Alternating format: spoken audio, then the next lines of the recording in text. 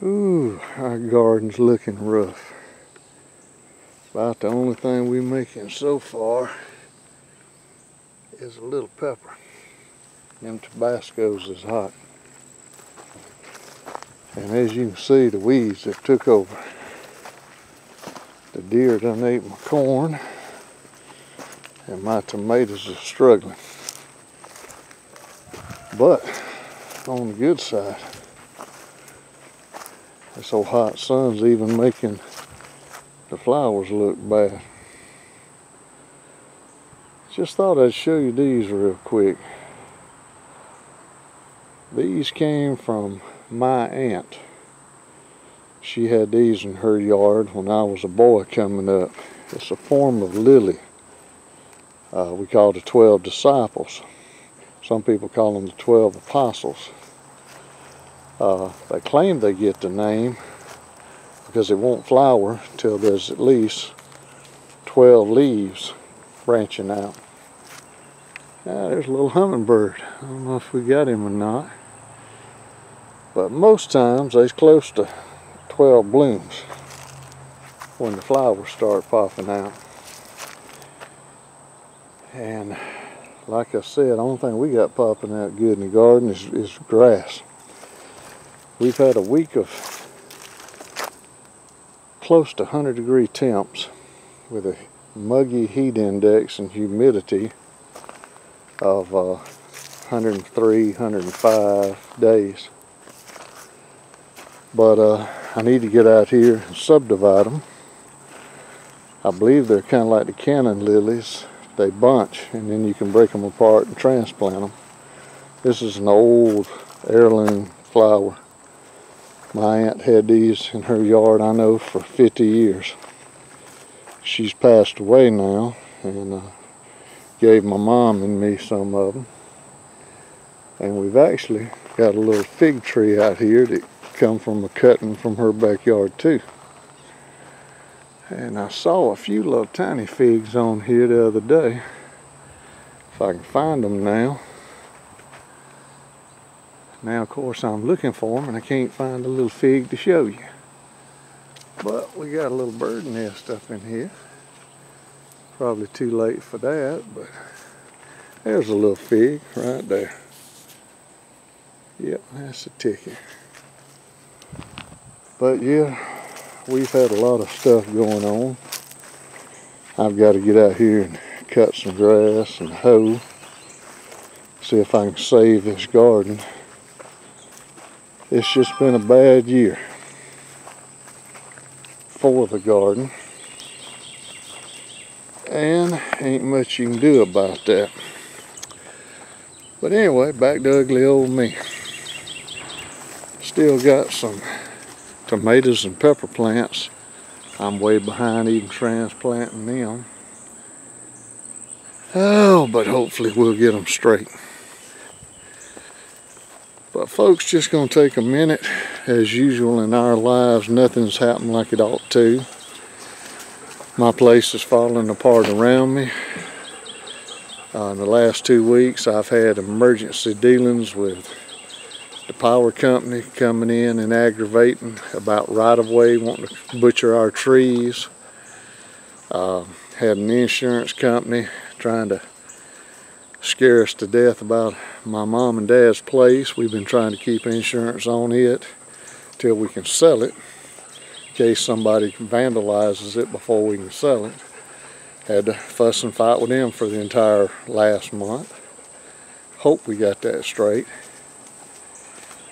And all kind of other breakdowns and nightmares and things that immediately require attention. Oh yeah, and the city went by my mom and dad's place. Now I go by there every week, and we try to keep it up, clean, in shape, make sure everything's fine. And an ex-nosy neighbor contacted the city, and they put a warning on the front door, and we face $500 a day fines if the grass ain't cut within 10 days of their notice. And I was already planning to come over there and cut it the first part of the week of the 4th. before they ever gave the notice. We cut it every 2 or 3 weeks. But leading up to this, it hadn't been growing, so there wasn't no need to cut it. But you know how sometimes little Bradford pear trees, with this off again, on again, muggy hot weather, you'll have a lot of burning up heat, and then a little flash rain, and a sucker will come off the root. And there was a few suckers that got up, oh my goodness, maybe 12, 14 inches tall.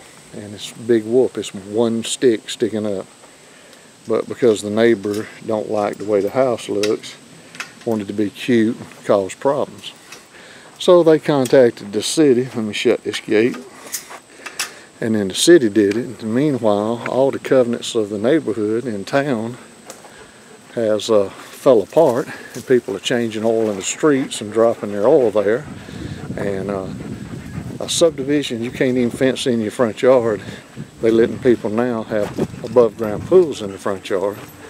And they got time to go around with a tape measure and worry about a couple of weeds in between 3 to 4 weeks in.